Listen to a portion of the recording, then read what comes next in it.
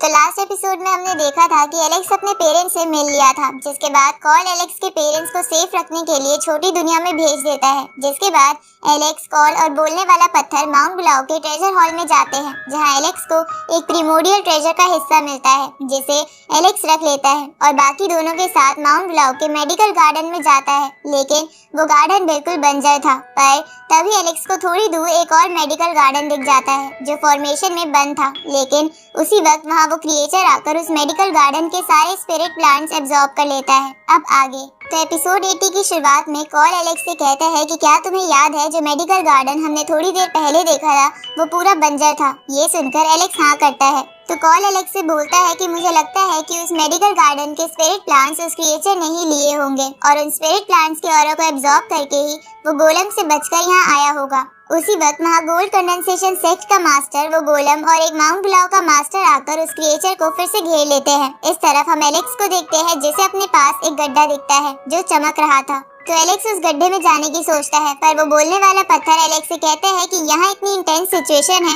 और तुम्हें वहाँ जाना है। मेरी बात मानो तो हमें माउंट ब्लाउ से जल्दी से निकल जाना चाहिए। ये सुनकर कॉल बोलने वाले पत्थर से कहता है कि तुम बहुत ही डरपोक हो, जो हर सिचुएशन से डर जाते हो। उसी वक्त एलेक्स बोलता है कि मुझे लग रहा है कि ये जगह मेडिकल गार्डन का सीक्रेट प्लेस है, इसलिए हो सकता है कि वहाँ हमें वो सेक्रेट मेडिसिन मिल जाए जिसे मेरे पेरेंट्स ढूंढने के लिए माउंट ब्लाउ आए थे। अब एलेक्स उस गड्ढे के अंदर चला जाता है, जिसके बाद बोलने वाला पत्थर कॉल से कहता है कि एलेक्स तुम्हारी बात मानता है, इसलिए इसे समझाओ कि हम यहाँ से चले। जिस पर कॉल उसे कहता है कि मुझे तो किसी का डर नहीं है, अगर तुम्हें डर लग रहा है तो खुद ही यहाँ से चले जाओ। इसके बाद कॉल भी उस गड्ढे में चला जाता है, तो बोलने वाले पत्थर को भी गड्ढे में जाना पड़ता है। इधर हम उस क्रिएचर को देखते हैं, जिसे वो दोनों मास्टर और गोलम पकड़ने की कोशिश कर रहे थे, लेकिन वो उन दोनों में से किसी के भी हाथ नहीं आ रहा था। दूसरी तरफ एलेक्स जब उस गड्ढे में जाता है तो उसे वहाँ कोई अजीब सी चीज दिखती है, जिसे फॉर्मेशन में कैद कर रखा था। पर तभी वहाँ कुछ ट्रैप्स एक्टिवेट हो जाते हैं और एलेक्स पर अटैक करते हैं, लेकिन एलेक्स अपनी स्वॉर्ड से उन अटैक को डिस्ट्रॉय कर देता है। तभी वहाँ वो पत्थर और कॉल भी आ जाते हैं, तो वो ट्रैप्स बोलने वाले पत्थर और कॉल पर भी अटैक करते हैं, जहाँ कॉल तो उन ट्रैप्स के अटैक से बच जाता है, लेकिन बोलने वाला पत्थर बहुत दूर जाके गिरता है। उसी वक्त वहाँ और भी ट्रैप्स एक्टिवेट हो जाते हैं, लेकिन एलेक्स उन ट्रैप्स और उस फॉर्मेशन को एक ही बार में अपने स्वॉर्ड के अटैक से डिस्ट्रॉय कर देता है। अब वो तीनों उस चीज को देखते हैं, जो कि एक फ्लावर पॉट था, जो जमीन के साथ जुड़ा हुआ था। ये देखकर कॉल कहता है कि ये कोई आम फ्लावर पॉट नहीं हो सकता। ये सुनकर एलेक्स उस फ्लावर पॉट में अपनी थोड़ी स्पिरिचुअल एनर्जी डालता है, जिसके बाद उस फ्लावर पॉट में एक रंग बिरंगा प्लांट उग जाता है, जिसे देखकर वो पत्थर कॉल से पूछता है कि कहीं ये माउंट ब्लाउ का वो लेजेंडरी स्पिरिट प्लांट तो नहीं है। जिस पर कॉल बोलता है कि हाँ, ये वही 5 एलिमेंटल प्लांट है, लेकिन इसे लोअर वर्ल्ड में 5 एलिमेंटल ग्रास कहते हैं, क्योंकि ये अपर वर्ल्ड में जाने के बाद ही ट्री में कन्वर्ट होता है, जिसके बाद इससे अनलिमिटेड डिवाइन एनर्जी ली जा सकती है। तभी एलेक्स बोलता है कि कोई प्लांट इतनी जल्दी कैसे उग सकता है, जिस पर कॉल उसे बताता है कि ये फ्लावर पॉट एक असली 5 एलिमेंटल ट्री से जुड़ा हुआ है, जिसने अपनी प्रोटेक्शन के लिए खुद को इस ग्राउंड के अंदर छुपा रखा है। पर तुम उस ट्री को यहाँ से नहीं ले जा सकते, क्योंकि अब वो बहुत बड़ा हो गया होगा, जिसे माउंट ब्लाउ के लोगों ने अपर वर्ल्ड से लाके यहाँ छुपाया होगा, क्योंकि इसकी कीमत बहुत ज्यादा है। ये सुनकर एलेक्स सोचता है कि मेरे पेरेंट्स इसी ट्री के कुछ पत्ते लेने के लिए माउंट ब्लाउ आए थे, लेकिन यहाँ के एल्डर्स ने उन्हें कैद कर लिया, इसलिए आज मैं ये पूरा प्लांट ही ले जाऊंगा। अब एलेक्स उस प्लांट को रख लेता है, लेकिन इसकी वजह से वो प्लांट ट्री से अलग हो जाता है, जिसके कारण उस ट्री को बहुत दर्द होता है और ग्राउंड से बाहर आने लगता है, जिससे वो पूरी जगह टूटने लगती है। इस तरफ हम उस क्रिएचर को देखते हैं, जो बहुत देर से उस गोलम और उन दोनों मास्टर से बच के भाग रहा था, लेकिन वो मास्टर उसका पीछा नहीं छोड़ रहे थे। इसलिए वो क्रिएचर सोचता है कि उसे किसी की मदद लेनी होगी ताकि मैं यहाँ से निकल सकूं। इधर वो तीनों उस गड्ढे से बाहर निकलने लगते हैं, लेकिन बाहर का रास्ता बहुत तेजी से बंद हो रहा था, तो एलेक्स उस पत्थर को जोर से जमीन पर मारता है, जिससे एक बहुत बड़ा इम्पैक्ट क्रिएट होता है और इम्पैक्ट का इस्तेमाल करके वो तीनों उस जगह से बाहर आ जाते हैं। तभी वो क्रिएचर उन तीनों को देखकर उनके पास आता है। ये देखकर कॉल उसे कहता है कि तुम हमारे पास क्यों आ रहे हो, मैंने तुम्हें बाहर निकाला था और अब तुम उन मास्टर्स को ही हमारी तरफ ला रहे हो। तो वो क्रिएचर कॉल से कहता है कि उन तीनों को बस तुम 3 दिन तक डिस्ट्रैक्ट करते रहो, ताकि मैं इतने वक्त में खुद को रिकवर कर लूं। उसी वक्त वो गोलम और वो दोनों मास्टर उन चारों को घेर लेते हैं, जिसे देखकर वो पत्थर डर जाता है। क्योंकि वो उनसे 3 दिन तक नहीं लड़ना चाहता था। इसलिए वो एलेक्स के बालों में छुप जाता है। उसी वक्त वहाँ से थोड़ी दूर एक पोर्टल ओपन होता है जो कि प्रिमोडियल ट्रेजर वर्ल्ड का पोर्टल था। ये देखकर वो क्रिएचर उस पोर्टल की तरफ चला जाता है क्योंकि वहाँ बहुत खास ट्रेजर मिल सकते थे। तो वो मास्टर और गोलम भी उसके पीछे जाते हैं। ये देखकर एलेक्स भी उस तरफ जाता है जहाँ वो दूर से देखता है कि शासा और काई भी उस पोर्टल में जा रहे हैं। ये देखकर एलेक्स कॉल से पूछता है कि ये प्रिमोडियल ट्रेजर वर्ल्ड क्या है जिसमें ये अपर वर्ल्ड के लोग भी जाना चाहते हैं। ये सुनकर कॉल एलेक्स को बताता है कि एंशिएंट टाइम्स में वॉर के दौरान कुछ कल्टीवेटर्स का वर्ल्ड तबाह हो गया था, इसलिए उन लोगों ने अपना ही एक वर्ल्ड बना लिया जिसमें बहुत सारे ट्रेजर्स थे।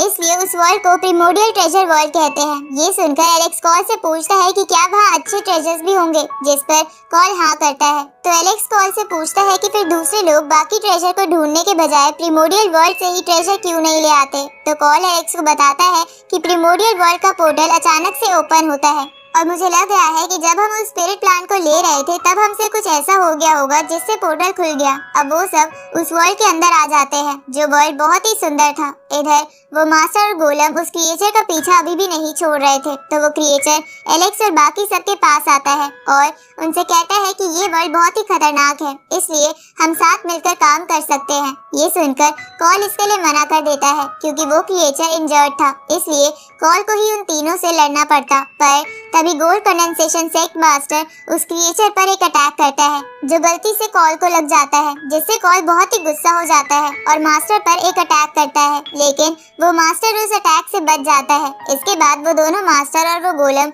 उन तीनों को घेर लेते हैं, जिसके बाद वो तीनों अपनी पावर्स की मदद से एक फॉर्मेशन बनाते हैं और उन तीनों को उसमें कैद कर लेते हैं। तभी वो गोलम उस फॉर्मेशन की तरफ एक लेजर अटैक करता है, लेकिन वो तीनों उससे बच जाते हैं। ये देखकर वो गोलम और मास्टर्स उस फॉर्मेशन को छोटा करने लगते हैं ताकि एलेक्स और बाकी सब उससे कटकर मर जाए। ये देखकर एलेक्स सोचता है कि उन्हें जल्द से जल्द कुछ करना होगा। तभी वो मास्टर कॉल पर फिर से अटैक करते हैं, जिसकी वजह से कॉल अपने गुस्से पे काबू खो देता है और एक डिवाइन बीस्ट का होलोग्राम बनाकर एक ही झटके में वो फॉर्मेशन तोड़ देता है। ये देखकर वो मास्टर हैरान हो जाते हैं। इसके बाद वो मास्टर्स उस डिवाइन बीस्ट को डिस्ट्रॉय कर देते हैं। तभी एक मास्टर उस क्रिएचर पर अटैक करके उसे बहुत इंजर्ड कर देता है। इधर कॉल गुस्से में कहता है कि तुम्हें फाइट ही करनी है तो चलो असली फाइट करते हैं। अब कॉल उस कंडेंसेशन सेक्ट के मास्टर पर अटैक करता है, लेकिन वो मास्टर गोलम और उस दूसरे मास्टर से एनर्जी लेकर स्पिरिचुअल हैंड की मदद से कॉल का अटैक रोक लेता है। ये देखकर एलेक्स बोलता है कि हालांकि गोल्ड कंडेंसेशन सेक्ट वाले मास्टर ने बाकी दोनों की मदद ली थी, लेकिन वो कॉल का अटैक रोकने में कामयाब हो गया। इसलिए हमें जल्द से जल्द इन मास्टर्स को हराने का कोई और प्लान बनाना होगा। इसलिए एलेक्स उस क्रिएचर से कहता है कि क्या तुम थोड़ी देर के लिए माउंट ब्लाउ वाले मास्टर और गोलम को डिस्ट्रैक्ट कर सकते हो, जिस पर वो क्रिएचर बोलता है कि मैं कोशिश कर सकता हूँ। इसके बाद वो क्रिएचर उस मास्टर और गोलम की तरफ जाता है तो वो दोनों